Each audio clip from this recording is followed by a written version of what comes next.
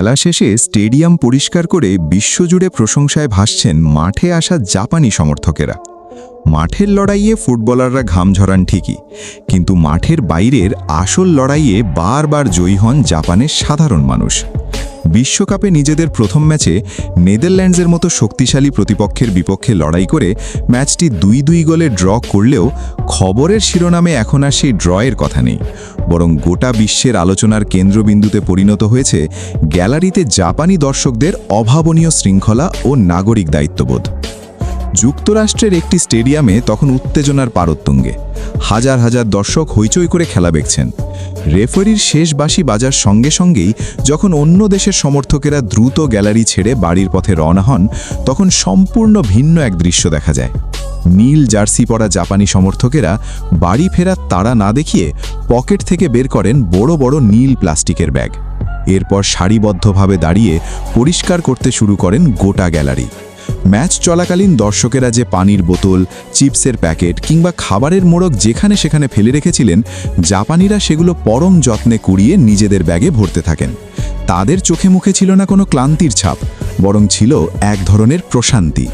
গ্যালারির প্রতিটি কোণায় পড়ে থাকা ময়লা আবর্জনা সংগ্রহ করে নির্দিষ্ট ডাস্টবিনে ফেলার পরেই তারা মাঠ ত্যাগ করেন। এই দৃশ্য দেখে উপস্থিত মার্কিন নিরাপত্তা কর্মী ও স্থানীয় দর্শকেরাও বিস্মিত হয়ে যান। সামাজিক যোগাযোগ মাধ্যমে মুহূর্তেই ছড়িয়ে পড়ে সেই ভিডিও ও ছবিগুলো, যা দ্রুত ভাইরাল হয়ে যায়।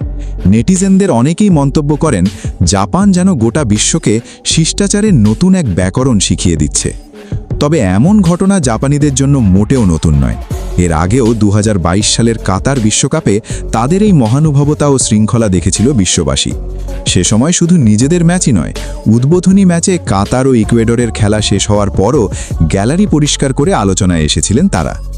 জাপানের এই সংস্কৃতির পেছনে রয়েছে তাদের গভীর শিক্ষা ব্যবস্থা ও পারিবারিক মূল্যবোধ। ছোটবেলা থেকেই জাপানি শিশুদের শেখানো হয় নিজের চারপাশ পরিষ্কার রাখা ব্যক্তিত্বেরই একটি অংশ। তাদের ভাষায় একে বলা হয় সোজি, যার অর্থ পরিচ্ছন্নতা বজায় রাখা।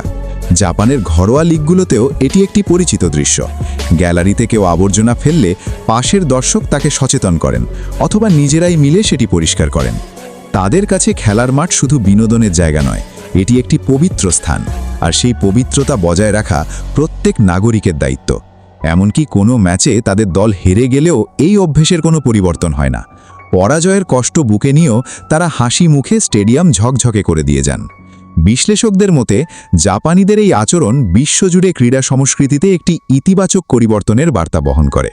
খেলার মাঠে যেমন দলের জন্য প্রাণ উজাড় করে সমর্থন দিতে হয়, তেমনি মাঠের সম্পদ ও পরিবেশ রক্ষা করাও যে শৃঙ্খলার অংশ, জাপানিরা বারবার সেই অনন্য উদাহরণ স্থাপন করে চলেছেন।